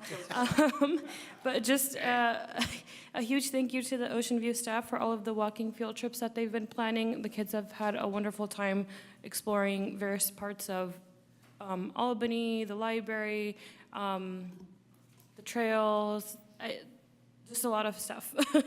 Our Ocean View Library, we are trying to plan a local author, like, book highlight kind of a thing. We want to see, like, test the water, see how it goes, where we try to highlight a different book every so often, where the author will come out, read the book to our kids, and, like, just allow for a space to, you know, engage kids in reading and kind of, you know, that love for reading. So keep an eye out for that. The API Parent Engagement Group had our meeting to plan the Lunar New Year celebration. We're hoping for early February. We will send formal invitations to everyone soon. And then lastly, I had the pleasure of attending the Familias Latinas Dia de los Reyes at Cornell, and it was a wonderful event, and lots of people attended, and part of, you know, all of these wonderful events that are taking place, one, not only do you get to learn about the culture, the history, and spend time with community, but also the parents are trying to raise funds for students. Last year, they were able to give out 3 scholarships to high school students who had been accepted to college. This year, the goal is to raise $5,000. So I know there is a game night that will be coming up soon, so just want to encourage folks to come out and support and help us raise funds for student scholarships. That's all. Thank you. Nothing for me. Are you sure? I'm positive. I'm trying, Sadia, I'm gonna send you, don't let me forget, I need to send you these authors, local authors who are great for that one. And they want to come to our schools, so awesome. No report for me, other than remind me to do that.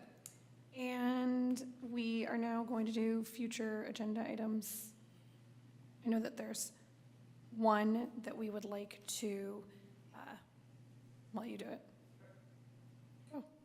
I guess we had this conversation at one of our last meetings, discussion around independent study, and trying to see if there's a way we can make that accessible for parents, especially when, you know, students are out for longer periods of time, and then also just making sure that we're able to find a way that where it's not a burden to our teachers either, because that is one way that we're losing out on quite a lot of funding.